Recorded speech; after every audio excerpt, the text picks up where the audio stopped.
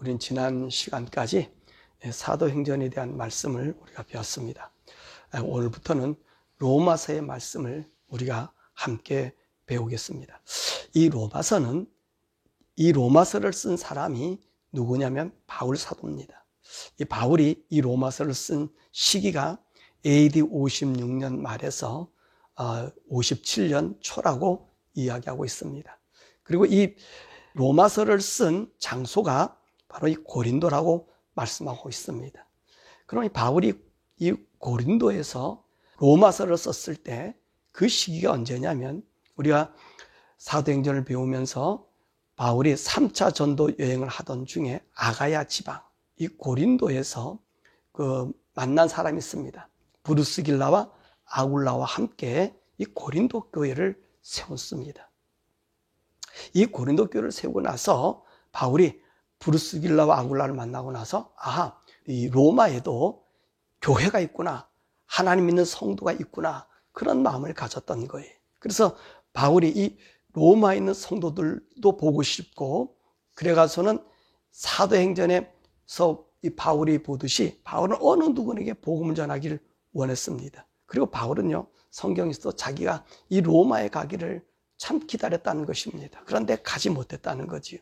그러면서 이 고린도의 교회가 생기니까 그들과 교제하기 위해서, 또 자기가 하나님께 받은 이 복음의 비밀을 나눠주기 위해서, 그래서 오늘 그들에게 이 편지를 써서 자신이 가지고 있는 이 복음, 이 예수를 믿는 믿음을 그들에게 알려줌으로 말미암아 그들과 함께 정말 하나님의 의를 이뤄나가는 그리스도 안에 부름받은 부름의 사역을 이루기를 원해서 이 로마서를 쓰게 된 것입니다.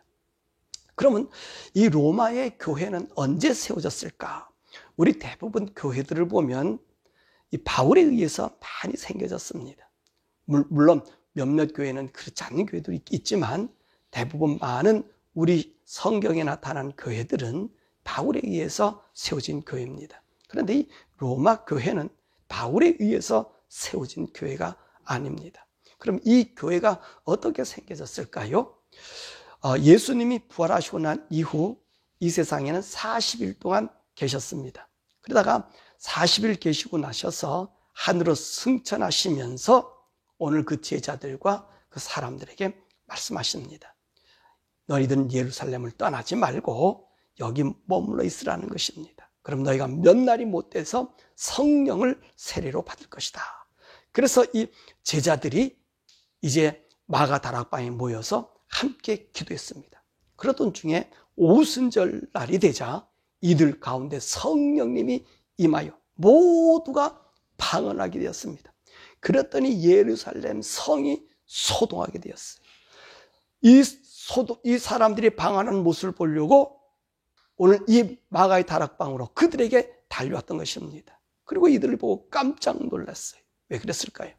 제자들이 무엇인가 얘기하는데 보니까 그 당시에 왔던 사람들이 한 16개 이상의 나라의 지방에서 온 사람들이 자기들의 말로 다 이 방언으로 이야기하는 것입니다. 그러니까 또 놀라는 거죠. 아니, 저렇게 학문이 없는 사람들이, 한 번도 그 외국에 와 있지 않았던 사람들이 어떻게 우리나라 말을 그렇게 할 수 있는가? 그때 베드로가 자신과 제자들과 그와 함께한 120몇 성도들이 지금 방언하는 것을 놀라워하는 사람들에게 말합니다. 이런 능력이 임한 것은 요엘 선지자의 예언의 말씀이 이루어져서 우리가 성령을 받아 이렇게 방언을 하는 것이고, 이는 나사렛 예수를 십자가에 못 박아 죽였지만 하나님께서 예수님을 사망의 고통에서 풀어 살리심으로 그가 사망에 매여 있을 수 없음을 증명하신 말씀으로 다윗이 시편 16편 8절에 말씀이 이루어졌고, 시편 110편 1절의 말씀처럼 예수님은 하나님 우편에 앉게 하시고 하나님 그 예수님을 우리의 주와 그리스도가 되게 하였으므로 이제 너희는 각각 회개하여 예수 그리스도의 이름으로 세례를 받고 제사함을 받으라. 그러하면 성령을 받으리라. 그렇게 이제 복음을 전했습니다. 그랬더니 오늘 베드로의 말을 듣고 회개하여 세례를 받은 사람이 그날에 3,000명이 되었다는 것입니다. 이때에 바로 이 로마에 사는 이 유대인들이 거기서 예수를 믿고 성령을 받아가지고 오순절이 지난 그 시기에 로마로 와서 이 교회를 세웠다는 것입니다. 사실 로마는 어떤 곳입니까? 세계 중심지가 아닙니까? 로마가 세계를 다스리고 있었고 세계 종교나 철학의 중심지로 이제 헬라에서 로마로 옮겨졌던 그런 시기가 아닙니까? 그리고 이들은 누구를 섬겨요? 모든 신들을 다 인정해주고 제우스 신을 주신으로 섬기고 세상의 모든 하찮은 것이라도 신으로 인정해줬던 바로 그런 곳 아닙니까? 그래서 무엇이나 신이 될 수 있었던 것이. 그래서 우리가 아덴에 갔었을 때 바울이 봤었을 때 어떤 일이 있었어요? 이름도 없는 신을 갖다가 이름도 없는 것을 신이라고 세워놓고 경배하는 그런 모습을 보았다는 것입니다. 그러니까 이들이 어떤 마음이, 인간의 마음이 어떤 일을 하는데 내가 무엇을 가졌을 때 어때요? 그것 때문에 내가 도움이 있다면 그것을 신으로 섬겼다는 것입니다. 사실 이런 현상은요, 오늘 우리에게도 있어요. 여러분들이 얘기한 징크스라고 하는 얘기가 있잖아요. 어떤 일 했을 때 내가 뭐 손톱을 깎으면 뭐 일이 안 된다든지, 내가 머리를 깎으면 일이 잘 된다든지, 뭐 그런 일들 많아요. 더욱이 운동선수들한테는 이런 게 너무 많아요. 그러니까 루틴이라고 얘기하지요. 이런 것이 따지고 보면 우리 마음에 그것이 한두 번 하다 보면 나의 신념, 믿음으로 자리 잡고 보이지 않는 철칙이 돼서 그것을 따르게 된다는 말입니다. 이것을 확대해 보면 이것도 내가 믿는 또 다른 신이 될 수 있다는 말씀입니다. 다시 말하면 우리 인간들은 그만큼 허망하다는 것이지요. 이런 것들은요, 고대사에 무지하게 심했습니다. 그러니까 웬간한 신과 능력과 권력이 있으면 이것은 세상을 지배할 뿐만 아니라 신이 되는 거예요. 그래서 로마 황제가 뭐가 되죠? 그래서 로마 황제가 신이 되는 거예요. 그래서 신전을 줘놓고 모든 신들을 섬기되 로마 황제의 신전을 세워놓으면 너희 종교를 인정해 준다. 그렇게 할 정도로 그런 세대였다는 것입니다. 바로 이곳에 예수 믿는 하나님의 사람들이, 유대인들이 오순절에 성령을 받고 로마에다가 교회를 세우게 된 것입니다. 그럼 바울이 로마에 가고자 하는 것이 왜 그랬냐는 것이죠. 11절의 말씀은 그런 말씀이 있어요. 혹시 로마에 있는 성도들이 어떤 신앙을 가지고 있는지를 확인하고 싶었던 것이었다는 거지요. 정말 바른 신앙이 있는지, 복음과 이 잡신이 섞여 있지는 않은지, 또 유대인들이 와서 율법을 강요해 복음을 무력화시키고 있지 않는지 하는 궁금함도 있었습니다. 사실 이 바울이 이 편지를 쓸 당시는요, 이 글라우디오 황제가 이 로마에 있는 모든 유대인들 떠나서 누굽니까? 브루스길라와 아굴라가 이 고린도에 와 살았던 사람들이. 근데 이 글라디우스 황제가 54년에 죽어요. 그러니까 로마를 떠났던 하나님의 사람들이, 성도들이 그 로마로 다시 들어가지 않았겠습니까? 그럴 때 어떤 일이 있었겠어요? 유대인들 다 같이 가니까. 혹시 이때 복음이 그들로 인해서 잘못되지 않았을까? 그래서 아마 이 로마서를 쓰게 된 계기가 아니냐 생각되어집니다. 그리고 이 로마서는요, 이방인들에게 복음의 원리에 대해서, 아니 우리 모든 성도들에게 이 복음의 원리에 대해서 가장 잘 알려주는 이 서신서라 해도 과언이 아닙니다. 우리 기독교라고 하면 유대교를 뿌리로 생각하고 율법의 행위를 따라 그리스도의 구원의 사역을 변질시키는 일이 있었습니다. 그래서 바울이 복음을 전할 때 그게 가장 많았잖아요. 유대의 법, 할례 받았느냐 무할례자냐, 율법을 따라야 되니 안 따라야 되니, 이런 것들이 많이 있었단 말입니다. 그래서 바울은 이 로마서를 통해서 구원은 율법의 행위가 아니라 믿음으로 이루어지는 구원의 도를 가장 잘 설명해 주는 복음의 보석 같은 서신이라는 말씀입니다. 자, 그러면 오늘 우리가 이 복음이라고 하는 것에 대해서 우리가 잠깐 생각해 보려고 합니다. 이 복음이 무엇을 복음이라고 얘기하죠? 복음에 대해서 오늘 많은 사람들은 얘기합니다. 복음은 좋은 소식이다. 복된 소식이다. 좋은 소식을 알려주는 것이 복음이다. 그렇게 얘기해요. 그래서 교회는 복음을 전한다 라고 얘기하면 교회를 통해서 좋은 일이 많이 생겨지고 또 행복해지는 것이 이 복음이라고 생각합니다. 그래서 교회 오면 병이 낫고요. 또 교회 와서 기도하니 또 진급되고 문제도 해결되고 그리고 우리가 필요한 것을 얻게 되고 맞습니다. 이런 것도 복음이라고 얘기할 수 있어요. 좋은 일이 생겼으니까. 하지만 이것은 복음이 아닙니다. 사람들에게 희망을 주는 것이죠. 이런 희망과 사람들이 의지해서 얻고 쟁취하는 것은 비단 기독교에만 있는 것이 아니란 말입니다.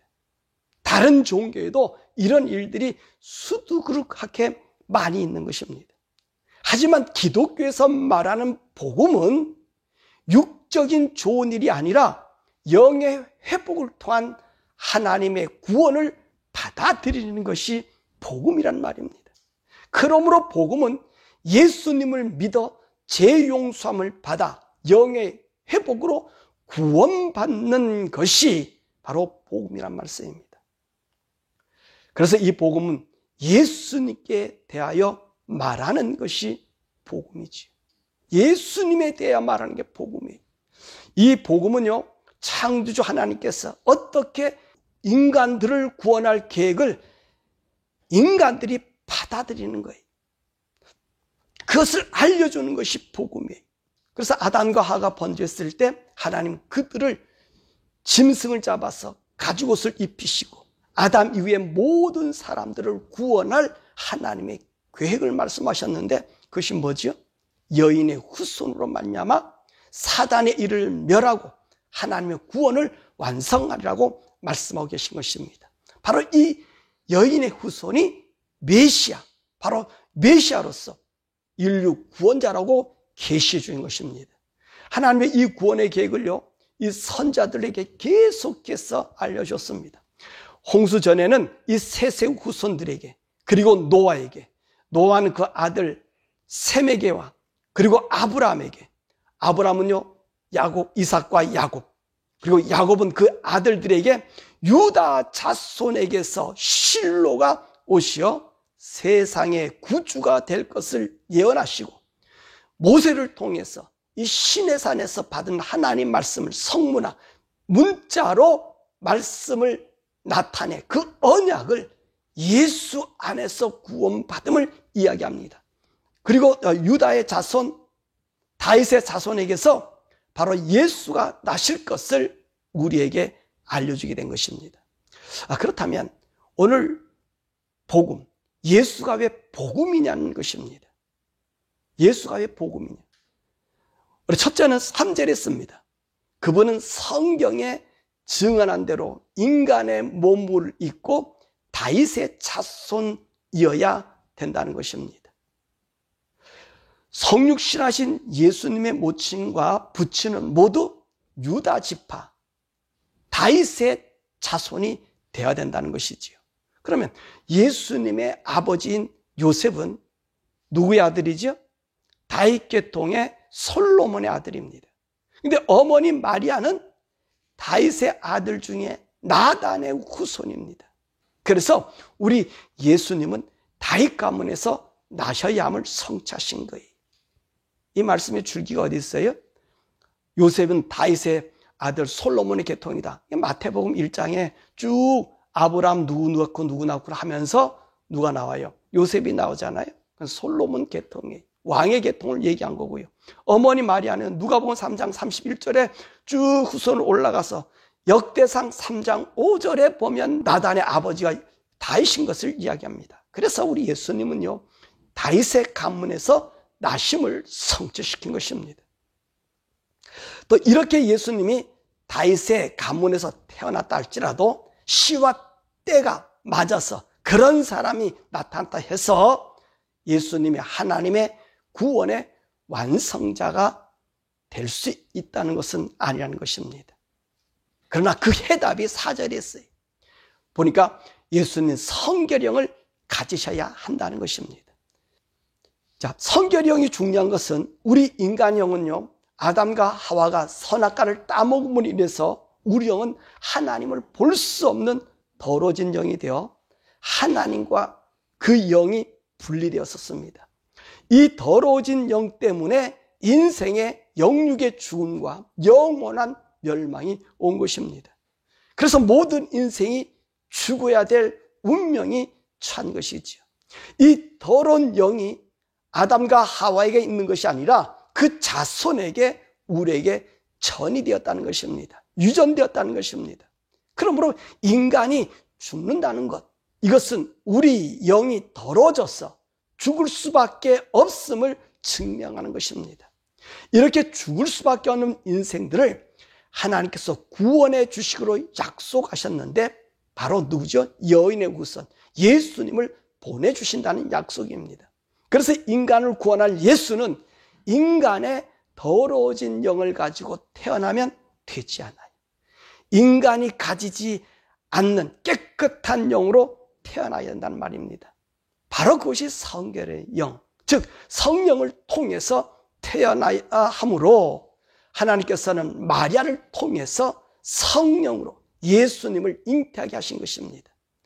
뿐만 아니라 예수님의 사역의 시작도 내가 하나님으로 태어났다 해서 되어진 것이 아니라 하나님의 때 성령님의 임재를 통해서 천국 복음을 전하여 인간을 구원하는 전도를 시작한 것을 우리가 보게 되는 것입니다. 그러므로 우리가 구원받는 것도 예수를 믿어 성결의 영, 즉 성령님이 임해야 하고 그 성령을 따라 살아야 하는 것입니다. 그러므로 예수가 우리 새 생명의 법칙이 되는 것이지. 셋째로 예수님의 성결의 영, 성령으로 오셨다는 것은 우리가 무엇으로 알 수 있냐는 것입니다. 우리 예수님께서 수많은 기적을 행하셨다고 해서 성령으로 오셨다 할 수 있을까요? 아니지요. 예수님 외에도요, 기적을 일으키신 분들은 다른 분들도 많이 있습니다. 사람을 살린 분도 있습니다. 우리 예수님이 성령으로 오셔서 우리의 구원자가 될 수 있는 것은 바로 그분이 죽으셨다가 부활하셨다는 것이 있습니다. 예수님의 성령으로 이 땅에 오셨다고 해서 모든 인생을 다 구원할 수 있는 것은 아닙니다. 왜냐하면 하나님이 범죄한 아담과 하와의 죄를 용서하실 때 그냥 죄 용서한 것이 아니잖아요. 짐승을 잡아서 그 죽은 짐승의 가죽을 입혀서 그 사람이 죽어야 할 그것을 대신 짐승이 짊어져 죽게 함으로 그 핏값으로 용서해 줬다는 말입니다. 또 아담 이후의 모든 인생들에게 하나님이 우리의 죄를 용서해 주는 그 비결도 무엇이지요? 제사를 통해서 짐승을 죽임으로써 자기 자신들의 죄가 용서받게 되는 표징을 우리에게 주었다는 말입니다. 그러니까 예수님 계실 당시까지 어떤 일이 있었어요? 제사가 그곳에 있었던 것입니다. 왜? 인간의 죄를 짊어지고 죽어야 할 속죄의 짐승이 있어야 된다는 것입니다. 그러니까 우리 예수님이 성결의 영으로 왔어, 또 다윗의 자손으로 왔다 하더라도 예수님이 우리 인간의 죄를 지고 죽어야 할 속죄의 짐승이 돼야 된다는 말씀입니다. 그래서 세례 요한은 예수님을 향해서 요한복음 1장 29절에 뭐라 말씀하셔요? 보라, 세상 죄를 지고 가는 하나님의 어린 양이다. 그러니까 예수님이 이 세상에 오신 것은 속죄 제물로 우리에게 오셨다는 것입니다. 자, 세례 요한이 예수님을 속죄 제물이 되어 이제 죽는다고 해서 예수님이 인생을 구원할 하나님의 계획된 사람이라고 단정할 수 있을까 하는 것입니다. 반드시 성령의 사람으로서 모든 사람에게 새 생명을 주려고 하면 죽는 것으로 끝나는 것이 아니라 죽음을 이기고 다시 살아나는 일이 있어야 한다는 것입니다. 그래서 예수님이요, 십자가에 못 박히고 죽으셨다가 3일 만에 다시 부활하심으로 예수님은 하나님이 인간을 구원하기 위해 약속하여 보내신 하나님의 아들인 것을 보여주신 것입니다. 오늘 그 말씀이 4절에 있는 거예요. 보세요. 성결의 영으로는 죽은 자들 가운데서 부활하사 능력으로 하나님의 아들로 선포되셨으니 곧 우리 주 예수 그리스도시라. 예수님이 성결의 영이고 다윗의 자손을 해도 죽으셨다가, 또 내가 속죄 제물이라고 얘기해서 우리 죄를 위해 죽으셨다가 아무리 수백 번 수만 번 죽더라도 그분이 다시 살아나지 못하면 우리의 죄를 씻어줄 하나님 메시아가 아니라는 것입니다. 그런데 우리 예수님 어떻게 하셨어요? 죽으셨다가 살아나셨기 때문에 그분이 우리의 구세주요, 복음이 되는 것입니다. 넷째로 예수님 왜 복음인가? 저는 예수님의 부활은 단순한 신적 부활을 의미하는 것이 아니라 인간 모두가 다 부활한다는 사실을 보여주었기 때문에 그렇습니다. 예수님이 인간의 몸을 입고 오신 것은 인간은 죽음으로 끝나는 존재가 아니라 영원히 사는 영생의 존재로 다시 살아날 것을 보여주신 것입니다. 그래서 인간이 살아날 때 생명으로 부활하느냐 사망으로 부활하느냐를 구분짓는 분기점이 뭐지요?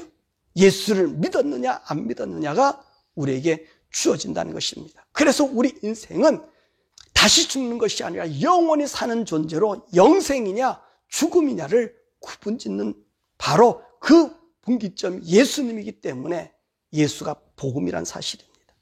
다섯 번째로 예수님의 복음이라는 말은 인간 존재의 확인이며 인간 가치를 증명해 주었기 때문이라는 것입니다. 인간은요, 하나님 형상으로 지음받고 그의 영을 소유한 유일무이한 존재가 되었습니다. 이 사람이 얼마나 존귀하기에 하나님께서 그 아들, 아니 그 자신을 인간들 위해 주시기까지 우리 인간의 존재가 바꿀 수 없는 존재임을 알게 주셨다는 것입니다. 그러므로 인간의 존재는 이 땅에서뿐만 아니라 영원히 사는 존재임을 보여주시고 그 존재임이 예수의 죽으심과 부활을 통해서 알게 하셨다는 말입니다. 그러므로 우리 영원한 하나님과 살기 위한 조건이 뭐지요? 죄가 없어야 된다는 거예요. 죄를 가지고 있으면 영원한 멸망이요 죽음이지요. 왜냐하면 우리 주님은요 죄와 구할 수 없기 때문에 그렇다는 말씀입니다.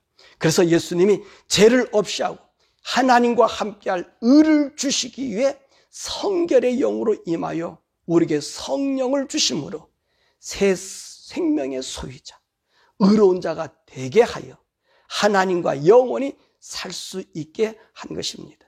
그러므로 우리의 욕망과 소망을 위해 나의 소원을 이루어진 종교적 의지의 대상이 아니라 우리를 하나님의 영광으로 바꿔주셨으므로 인간에게 있어서 예수 그리스도는 복음이 되는 것입니다. 여섯 번째로 예수님이 복음인 것은 죄 많은 이 세상에서 우리 생이 마치면 천국으로 간다는 것을 우리들에게 보이셨다는 것입니다. 예수님은요 부활하셨어요. 영체로 부활하셨어요. 육신의 몸을 가지고 부활하셨어요. 근데 그분이 이 땅에 머문 것이 아니었다는 것입니다. 예수님이 부활하시고 하나님의 구원을 완성하여 인간에게 나타나 주시고 하나님의 나라 천국으로 그분이 올라가셨다는 말씀이지요. 이는 예수님을 믿어 구원받는 성도가 갈 천국을 보여주신 것입니다. 이 천국에서 우리는 하나님의 아들로서 하늘에 있는 영원한 영체들을 다스리며 살게 된 것입니다. 이것을 우리 예수님 우리에게 주신 영원한 유산입니다. 그러므로 우리가 예수님이 복음이라고 하는 것이 바로 여기 있는 거예요. 오늘 여러 가지로 우리가 살펴보았지만 예수님만이 복음이에요. 우리가 얘기하는 어떤 것을 이루어진 좋은 소식이 아니라 예수 그 자체가 나의 좋은 소식이요, 나의 생명이요, 나의 구원이기 때문에 예수님만이 우리의 복음이 되는 것입니다. 그러면 이 예수님을 믿으면 어떤 혜택이 있을까? 7절이잖아요. 하나님 우리 아버지와 주 예수 그리스도로부터 은혜와 평강이 있다는 것입니다. 여러분, 하나님 믿는 사람들, 하나님과 나의 아버지가 된다면 그 하나님의 은혜가 우리를 날마다 우리를 인도해 주신다는 거예요. 그것도 어디에서? 평강 속에서. 우리가 이 세상 살지만요, 우리 인생이 이 세상에서 하나님을 보지 않고 살면요, 그 순간 불안, 초조가 오고요, 그리고 고통이 와요. 그리고 우리를 헤아려 가는 수많은 세력 속에서 우리가 온갖 고난을 당하고 또 우리가 갖고 있는 이 욕망, 죄의 흔적이, 죄의 소욕이 우리를 어떻게 만들지요? 예, 우리 소욕을 따라 살도록 만든다는 것입니다. 우리가 원하는 대로 산다는 것입니다. 지난주에도 우리가 말씀 배웠습니다만은 그렇잖아요. 우리가 세상의 문명을 발달시키면 그것이 우리를 행복해 줄 아는데 그렇지 않아요. 세상 문명이 한번 접하면요, 우리는 그것의 종이 되어버려요. 노예가 된다는 말입니다. 그러나 우리가 이 노예되는 생활 속에서 하나님을 바라보면 우리가 노예되는 것이 아니라 오히려 그 안에서 그 하나님의 생명이, 성령님이 나를 주장해 주셔서 나로 하여금 은혜 안에 있게 되고 평안을 누리게 해주신다는 말입니다. 여러분, 우리가 이 세상 살면서 많은 것에 사실 쫓겨 삽니다. 무엇인가 이루어야 되고 얻어야 되고 쟁취해야 되고 그런 것에 빠져요. 그렇게 함몰되다 보면 우리 마음은 어떻지요? 불안하고 초조함에 짓누를 수 있다는 것입니다. 그럴 때 우리 하나님의 사람은 누구를 봐요? 세상을 의지하지 아니하고 성령을 바라보면 그분이 나를 붙잡아 주시고 어때요? 그분이 나에게 할 수 있는 능력을 주시고 나의 평강을 주시는 거예요. 그러니까 우리 성령의 사람, 하나님의 사람, 예수 믿는 우리들은요, 내가 모든 삶을 살아갈 때 내가 하는 것 아니, 그분을 의지해서 그분의 주시는 평안으로 살아요. 여러분이 살자고 하는 그 순간부터 여러분 자유를 뺏기고 평강을 빼앗겨요. 근데 하나님께 맡겨보세요. 이거 바보 같은 것 같아도 바보가 아니라 나를 지키시는 그 하나님이 나를 평안 가운데 인도해서 나의 분이나 화나 욕망을 제거하고요, 은혜의 길로 우리를 걸어가게 하는 것을 경험할 수 있다는 말씀입니다. 그래서 오늘 여기 바울이 얘기했잖아요. 하나님의 은혜와 평강이 너에게 있기를 원한다. 그렇죠. 우리는 하나님의 은혜와 평강으로 이 세상 살아가지 우리의 소욕과 세상이 주는 그 어떤 것을 가지고 우리의 일들을 행해나가는 자가 아니라는 것입니다. 그래서 오늘 이 성도의 특권은 누가요? 우리 하나님, 우리 아버지가, 예수를 통해서 생명을 준 아버지가 우리를 이끌어 주신다는 말씀입니다. 오늘은 예수님의 복음인가에 대해서 말씀을 나눴습니다. 예수님은요, 하나님께서 인간에게 약속하신 구원의 계시자이며 하나님 말씀의 예언대로 이 땅에 오셔서 우리 인간의 죄를 대신 짊어지시고 십자가에 죽으심으로 인간의 죄와 형벌을 도말시키시고 생명으로 부활하셔서 믿는 자에게 성령을 부어주셨어. 영생의 천국을 소유할 그 유일한 길이 예수님이기 때문에 그분이 복음이라는 말씀입니다.